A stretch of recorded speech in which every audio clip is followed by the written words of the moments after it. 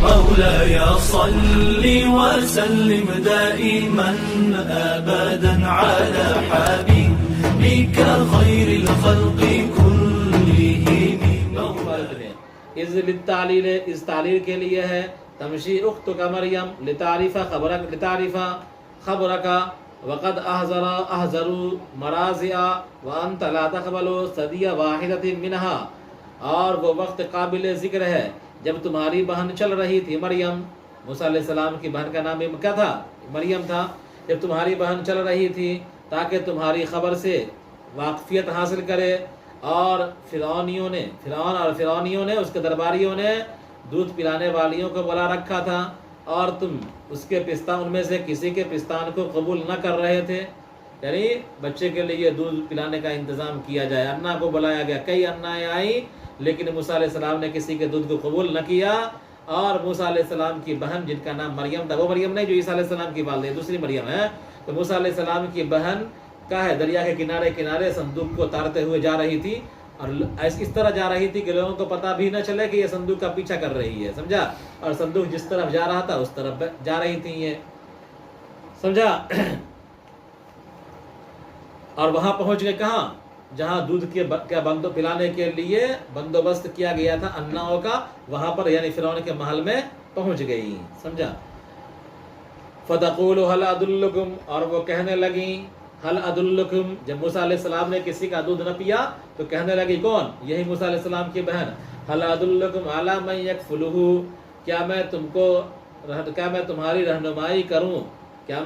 رہنمائی کروں ایسی عورت پر جو اس کی کفالت کر دے.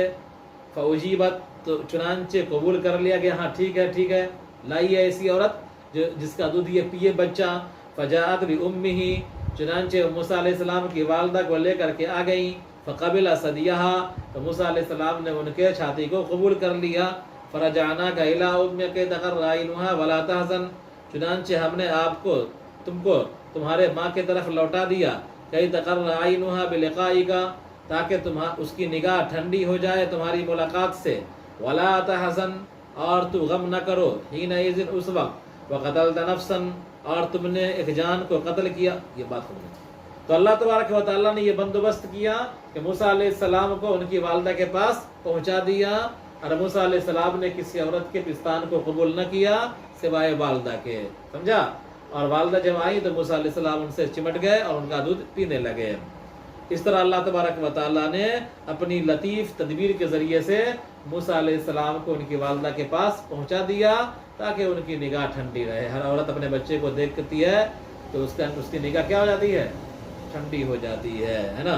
نگاہ ٹھنڈی سے مراد انتہائی خوشی، سمجھا؟ ایسی خوشی جو پورے وجود کے ٹھنڈک کا سبب بن جائے، سمجھا؟ تو اس میں دیکھیے اللہ تبارک و تعالیٰ نے ایک ماں کی شفقت کو ہی بیان کیا، سمجھا؟ اور ایک بہن اپنے چھوٹے بھائی پر کتنی مہربان ہوتی ہے، سمجھا؟ تو اس کا بھی ذکر کیا. بھائی اپنے بہن پر اتنا مہربان نہیں ہوتا ہے جتنا بہن اپنے بھائی پر مہربان ہوتی ہے. بطور خاص اگر بڑی ہو تو چھوٹے بھائی کا بڑا خیال کرتی ہے، سمجھا؟ تو دیکھو کہ موسیٰ علیہ السلام کی والدہ نے ڈال دیا، اور ان کی بہن کیا ہے؟ اس صندوق کو اتارتے ہوئے جا رہی ہیں، دیکھ رہی ہیں کہ کہاں جا رہا ہے، کیا ہو رہا ہے نا. اور پھر فوراً ہی جیسے ہی موقع ملا دودھ پلانے والی کے لیے رہنمائی کرنے کا، ویسے ہی رہنمائی کر دیا. کوئی پلان تو سیٹ نہیں تھا ایسا، موسیٰ علیہ السلام کی والدہ نے تو بھیجا نہیں تھا، ایسا کوئی پلان تو ہوا نہیں تھا کہ کیا ہے دریا میں ڈال دیں گے، یہ صندوق اس کو لے کر کے چلا جائے گا، فرعون کے پاس پہنچ جائے گا بچہ، اور وہاں اناؤں کا انتظام کیا جائے گا، موسیٰ کسی کا دودھ نہیں پیے گا، تو وہاں پر موجود رہے گی تو ہم کو بلا لے گی. یہ سب تو کچھ نہیں، بلکہ یہ من جانب اللہ انتظام تھا نا. تو اس آیت میں ایک ماں کو اپنے بچے سے کیا پیار ہوتا ہے، کیا شفقت ہوتی ہے، وہ بھی کیا ہے سامنے ہے. اور ایک بہن اپنے چھوٹے بھائی سے کتنا تعلق رکھتی ہے اس کو ہی بیان کیا گیا ہے اشارتاً، ہے نا. آگے دیکھیے وَلِتُصْنَعَ کہاں گیا؟ وَقَتَلْتَ، بات ختم ہوئی. وَلَا تَحْزَنْ، اور غم نہ کرو، سمجھا؟ غم نہ کرو. وَلَا تَحْزَنْ فَرَجَعْنَاكَ إِلَىٰ أُمِّكَ، ہم نے آپ کو لوٹا دیا تمہارے ماں کی طرف تاکہ ان کی نگاہ ٹھنڈی رہے. ان کی نگاہ کیا رہے؟ ٹھنڈی رہے. اور وَلَا تَحْزَنْ، اور تم غم نہ کرو اس وقت. وَقَتَلْتَ نَفْسًا، فنجیناک من الغم، یعنی والدہ کے چھوٹنے کا تم کو کوئی غم نہ رہے. والدہ کو جو چھٹی ہوئی تھی والدہ نا، کئی روز ہو گئے ہوں گے یا چند گھنٹے ہو گئے ہوں گے، تم کو کوئی غم نہ رہے، والدہ کے پاس ہم نے تم کو پہنچا دیا. آگے دیکھیے بات ختم ہوئی لا تحزن پر. وقتلت نفسا، اور آپ نے ایک جان کو قتل کیا، ایک شخص کو قتل کر دیا. اور وہ کون شخص تھا؟ وہ قبطی تھا مصر میں، ہے نا. کہ موسیٰ علیہ السلام ایک بار اپنے محل سے نکلے باہر، تو باہر سڑک پر ایک مصری اور ایک کیا ہے اسرائیلی دونوں جھگڑ رہا تھا. موسیٰ علیہ السلام کو لگا کہ اسرائیلی پر ظلم ہو رہا ہے، زیادتی ہو رہی ہے قبطی کی طرف سے، ہے نا. تو موسیٰ علیہ السلام نے ایک تھپڑ مارا جس سے وہ قبطی مر گیا تھا.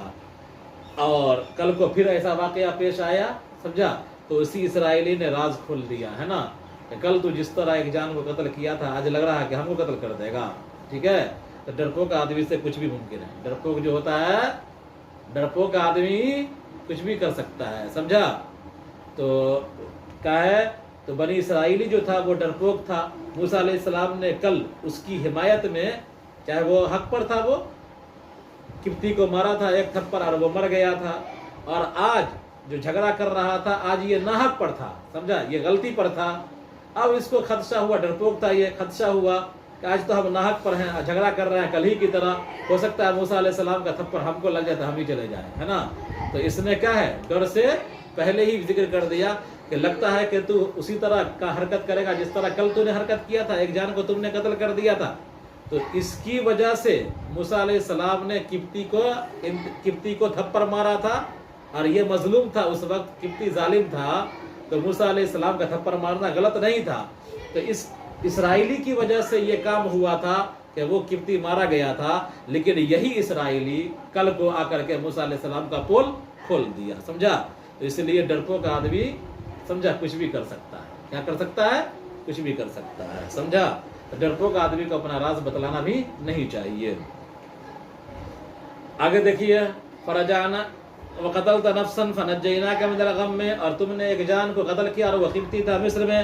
فاغتممت لقتلہ، تو مغموم ہو گیا اپنے قتل کو لے کر کے، من جہت فرعون کی وجہ سے، سمجھا، یعنی اس کے قتل کی وجہ سے تو مغموم ہو گیا، ہے نا، کہ کیا ہوگا، ایک قبطی مارا گیا میرے ہاتھوں سے، اس کا انجام کیا ہوگا، یہ غم زدہ ہو گئے تم. فنجیناک من الغم، ہم نے تم کو نجات دیا غم سے، سمجھا. وفتناک فتونا، اور ہم نے تم کو طرح طرح سے آزمایا. اختبرناک بالایقاع فی غیر ذالک، ہم نے تم کو آزمایا اس کے علاوہ دیگر چیزوں میں مبتلا کر کے. وخلصناک منہ، اور ہم نے تم کو اس سے چھٹکارا دیا، نجات دیا. یعنی طرح طرح کے غموں میں، طرح طرح کے آزمائشوں میں ہم نے ڈالا ہے. انہی آزمائشوں میں سے ایک آزمائش یہ تھی کہ تم کو کہا ہے فرعون کا محل اور اس کا قلعہ اور اس کا علاقہ تم کو چھوڑنا پڑا، ہے نا. فلبثت سنین فی اہل مدین، چنانچہ تم چند سال یعنی 10 سال مدین والوں میں ٹھہرے. ایک شخص دوڑتا ہوا آیا کہ موسیٰ تم یہاں سے نکل جاؤ، فرعون نے تمہارے قتل کی تدبیر کر رکھی ہے یا تدبیر کر رہا ہے. تو موسیٰ علیہ السلام اس علاقے کو چھوڑ کر کے نکل گئے، کدھر؟ شام کی طرف، شعیب علیہ السلام کے بستی کی طرف نکل گئے. اور وہاں فرعون کی حکومت نہیں تھی، ہے نا، وہاں فرعون کی حکومت نہیں تھی. فلبثت سنین فی اہل مدین، چنانچہ تم چند سال اس واقعہ کے بعد مدین والوں میں رہے. بعد مجیئک الیہا من مصر، یعنی تمہارے کیا ہے مصر سے مدین آنے کے بعد شعیب علیہ السلام کے پاس، شعیب نبی علیہ السلام کے پاس. وتزوجک بابنتہ، اور ان کی بیٹی سے شادی کرنے کے بعد، ہے نا. یعنی مصر سے تم آئے تو شعیب علیہ السلام کے یہاں کتنے دن رہے؟ 10 سال رہے. اور اس 10 سال کی مدت میں تم نے کیا کیا؟ شعیب علیہ السلام کی بیٹی سے نکاح بھی کیا. فلبثت سنین فی اہل مدین ثم جئت علی قدر یا موسیٰ، پھر تم ایک مقدار پر آئے، سمجھا، پھر تم ایک مقدار پر آئے میرے علم کے مطابق رسالت پر. یعنی رسالت کی جو ایک مقدار ہونا چاہیے، جو عمر ہونا چاہیے، میرے علم میں، یعنی اللہ تبارک و تعالیٰ کے علم میں جو یہ بات تھی کہ موسیٰ علیہ السلام کتنی عمر کے ہو جائیں گے تو رسالت کا تاج ہم ان کو پہنائیں گے یا رسالت سے ہم نوازیں گے. اللہ تعالیٰ کے علم میں جتنا تھا، جتنی عمر تھی، اتنی عمر کو موسیٰ علیہ السلام پہنچ گئے، سمجھا. ثم جئت علی قدر یا موسیٰ، پھر تم ایک مقدار پر، عمر کی ایک مقدار پر پہنچ گئے. یعنی رسالت کی جو عمر ہونی چاہیے اللہ کے علم میں اس مقدار کو پہنچ گئے، اور وہ 40 سال تھی۔ تو موسیٰ علیہ السلام کو بھی گویا کہ نبوت کتنے دن میں ملی؟ 40 سال میں۔ وَاسْتَنَعْتُكَ لِنَفْسِي، میں نے تم کو چن لیا اپنی نفس کے لیے، یعنی رسالت کے لیے، اپنے پیغام کے لیے، تو اب نبوت مل گئی۔ اذهب انت، یہیں سے جا رہا ہے نا، تو آگ سے پیچھے جو گزرا ہے، یہیں سے شعیب علیہ السلام کے یہاں سے گئے ہیں، راستے میں آگ دیکھا ہے اور وہاں اللہ تعالیٰ سے ہم کلامی ہوئی ہے، تو گئے آگ لینے کے لیے اور مل گئی پیغمبری۔ اذهب انت واخوک بآیاتی ولا تنیا فی ذکری، کہ وَاسْتَنَعْتُكَ لِنَفْسِي، اور میں نے تم کو رسالت کے لیے منتخب کر لیا، تو اور تیرا بھائی جائے لوگوں کی طرف، بآیاتی میری نشانیوں کو لے کر، میری نشانیوں کو لے کر، آیاتی 38 9 نشانیاں اللہ تبارک و تعالیٰ نے مختلف مواقع میں جو نشانیاں اور جو معجزات ظاہر کیے، وہ بڑے بڑے معجزات جو ظاہر ہوئے موسیٰ علیہ السلام کے ہاتھوں سے یا موسیٰ علیہ السلام کے ذریعے سے، وہ 9 تھے، ہے نا۔ تو فرمایا کہ تم جاؤ اور تمہارا بھائی جائے لوگوں کے پاس میری 9 نشانیوں کو لے کر، ولا تنیا فی ذکری، اور میرے ذکر میں کمی نہ کرنا، تسبیح وغیرہ میں کمی نہیں کرنا۔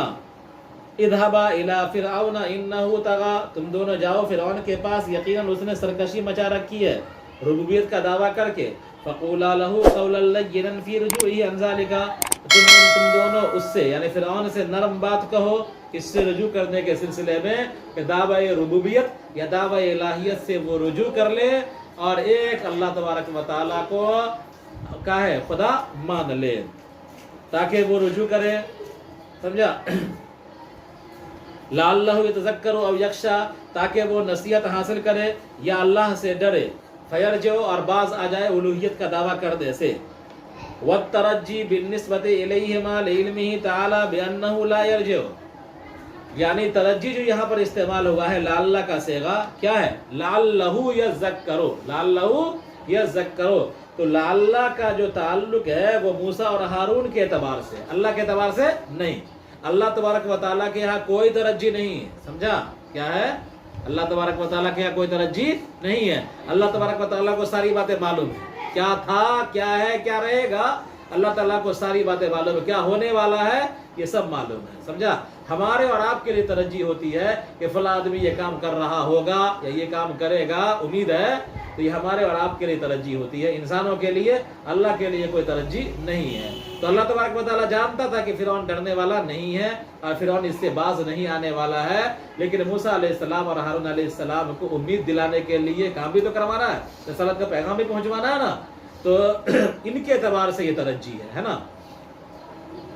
فرمایا قالا ربنا اننا نخاف ان یفرط علینا او یطغی، ان دونوں نے کہا کہ اے میرے پروردگار، یقیناً ہم ڈرتے ہیں اس بات سے کہ وہ ہم پر زیادتی کرے گا، ای یعجل بالعقوبۃ، یعنی اجلت میں مجھ کو سزا دے گا، سمجھا۔ اس لیے کہ وہاں فرعون کے علاقے میں ایک قبطی مارا گیا تھا، ہے نا، تو وہ یاد آ گیا، تو ہم پہنچیں گے وہاں فرعون کے پاس اور فرعون کیا کرے گا، ہم کو گرفتار کر کے سزا دے دے گا، بات کرنے کا موقع نہیں ملے گا۔ تو فرمایا کہ ان دونوں نے کہا کہ ان دونوں نے موسیٰ اور ہارون کے نے کہ اے میرے پروردگار، یقیناً ہم ڈرتے ہیں اس بات سے کہ ہم پر زیادتی کی جائے، یعنی کہیں ایسا نہ ہو کہ جلد ہم کو سزا دے دیا جائے، وَأَن يُطْغَىٰ، یا یہ کہ وہ ہم پر تکبر کرے، گھمنڈی کرے، سرکشی کرے۔ قَالَ لَا تَخَافَا إِنَّنِي مَعَكُمَا أَسْمَعُ وَأَرَىٰ، اللہ تعالیٰ نے کہا کہ تم دونوں مت ڈرو، یقیناً میں تمہارے ساتھ ہوں۔ اللہ کے ساتھ ہونے کا مطلب اللہ کی مدد کا ساتھ ہونا، اللہ کے ساتھ ہونے کا مطلب اللہ کی رحمت کا ساتھ ہونا، اللہ کی مدد کا ساتھ ہونا۔ تو یقیناً میری مدد تمہارے ساتھ ہے۔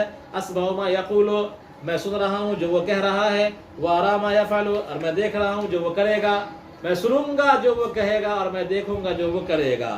فَأْتِيَاهُ فَقُولَا إِنَّا رَسُولَ رَبِّكَ فَأَرْسِلْ مَعَنَا بَنِي إِسْرَائِيلَ إِلَى الشَّامِ وَلَا تُعَذِّبْهُمْ أَيْ خَلِّ عَنْهُمْ مِنْ اسْتِعْمَالِكَ إِيَّاهُمْ فِي أَشْغَالِكَ الشَّاقَّةِ كَالْحَفْرِ وَالْبِنَاءِ وَحَمْلِ الثَّقِيلِ قَدْ جِئْنَاكَ بِآيَةٍ بِحُجَّةٍ مِّن رَّبِّكَ عَلَىٰ صِدْقِنَا بِالرِّسَالَةِ وَالسَّلَامُ عَلَىٰ مَنِ اتَّبَعَ الْهُدَىٰ۔ تو تم دونوں آؤ فرعون کے پاس جاؤ اور کہو کہ ہم تمہارے پروردگار کے فرستادہ رسول ہیں، تم بھیجو ہمارے ساتھ بنی اسرائیل کو ملک شام کی طرف، ولا تعذبہم، اور ان کو طرح طرح سے سزا مت دیو، یعنی ان کا راستہ چھوڑ دو،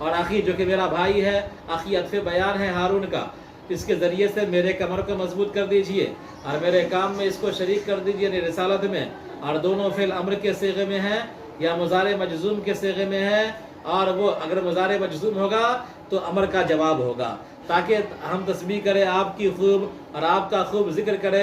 یقیناً آپ ہمیں جان رہے ہیں، سو آپ نے انعام کیا فان امتا فانعمت بالرسالت، چنانچہ انعام کیا گیا کس پر؟ رسالت کے ذریعے سے، چنانچہ انعام کیا گیا رسالت کے ذریعے سے۔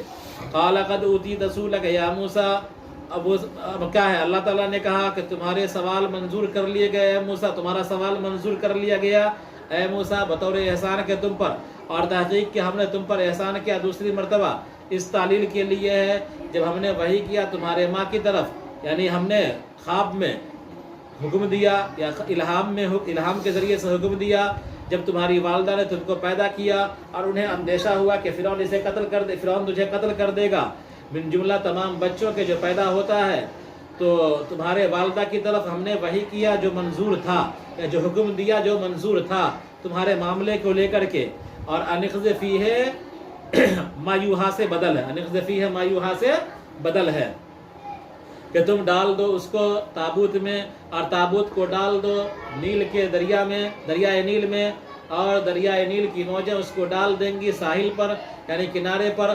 امر خبر کے معنی میں ہے، فلیلقہ جو امر ہے یہ خبر کے معنی میں ہے کہ اس کو میرا دشمن لے لے گا اور اس کا دشمن اور وہ فرعون ہے، اور میں نے ڈال دیا والقیت، میں نے ڈال دیا تمہارے لینے کے بعد، یعنی فرعون نے جب تم کو لے لیا تو میں نے ڈال دیا بعد اس کے کہ فرعون نے تم کو لے لیا تمہارے اوپر اپنی طرف سے محبت، تاکہ تم محبوب ہو جاؤ لوگوں کی طرف سے، اور فرعون نے تم سے محبت کی اور ہر وہ شخص جو تم کو دیکھتا، اور تاکہ تمہاری پرورش ہو میری حفاظت میں۔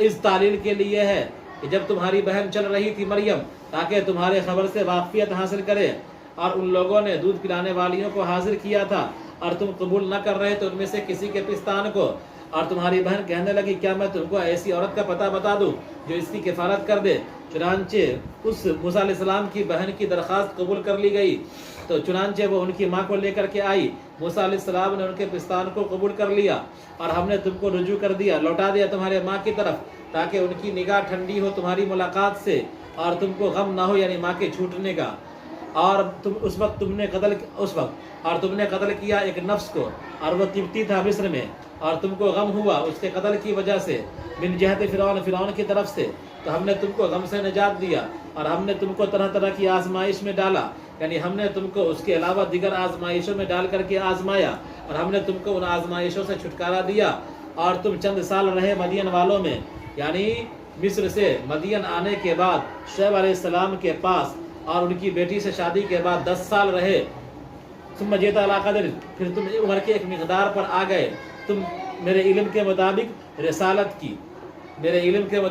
رسالت کی جو عمر ہوتی ہے اس کی مقدار پر آ گیا، اور وہ 40 سال ہے اے موسیٰ، اور میں نے تم کو چن لیا اپنے پیغام کے لیے، تو اور تیرا بھائی جائے لوگوں کے پاس نو نشانیاں لے کر، اور میرے ذکر میں یعنی تصویر وغیرہ میں کمی کوتاہی نہ کریں، اور تم دونوں جاؤ فرعون کے پاس، یقیناً اس نے سرکشی مچا رکھی ہے ربوبیت کا دعویٰ کر کے، اور تم ان سے نرم بات کہو رجوع کرنے کے سلسلے میں کہ تم دعوی ربوبیت سے رجوع کر لو، یہ گناہ ہے، یہ جرم ہے، اللہ ہی ایک بادشاہ حقیقی ہے، اسی کی پیروی کرو، اسی کی اتباع کرو، تاکہ وہ نصیحت حاصل کرے یا اللہ سے ڈرے اور وہ رجوع کر لے۔ اور ترجی جو ہے اللہ کا جو لفظ ہے ترجی کے لیے، یہ ترجی موسیٰ اور ہارون کی طرف نسبت کرتے ہوئے ہے، اللہ کے لیے نہیں، اس لیے کہ اللہ تعالیٰ جانتا تھا، اللہ تعالیٰ کے علم میں تھا کہ فرعون لوٹنے والا نہیں ہے، رجوع نہیں کرے گا۔ ان دونوں نے کہا کہ اے میرے پروردگار، ہمیں اندیشہ ہے کہ وہ ہم پر زیادتی کرے گا جلد سزا دے کر کے، یا ہم پر سرکشی کرے گا، تکبر کرے گا۔ اللہ نے کہا کہ تم دونوں ڈرو مت، ہماری مدد تمہارے ساتھ ہے، میں سنوں گا جو وہ کہے گا اور میں دیکھوں گا جو وہ کرے گا، چاہے میں سن رہا ہوں جو وہ کہتا ہے اور میں دیکھ رہا ہوں جو وہ کرتا ہے۔ تم دونوں اس کے پاس آؤ اور اس سے کہو کہ ہم تمہارے رب پروردگار کی طرف سے بھیجے ہوئے رسول ہیں، تو تم ہمارے ساتھ بنی اسرائیل کو بھیجے ملک شام کی طرف، اور ان کو سزا مت دو، یعنی ان کو چھوڑ دو، ان کو کیا ہے مشقت والے کاموں میں استعمال کرنا بند کر دو، چھوڑ دو، جیسے کہ کنواں کھودنا اور عمارت تعمیر کرنا اور بوجھ اٹھانا، ان جیسے کاموں میں جو بیگار لے رہے ہو ان سے اس کو چھوڑ دو۔ تحقیق کہ ہم تمہارے پاس تمہارے پروردگار کی طرف سے واضح نشانی لے کر کے آئے ہیں اپنی رسالت کی تصدیق پر، اور اللہ تبارک و سلامتی ہے اس شخص پر جو ہدایت کی پیروی کرے گا، یعنی عذاب سے اس کے لیے سلامتی ہے۔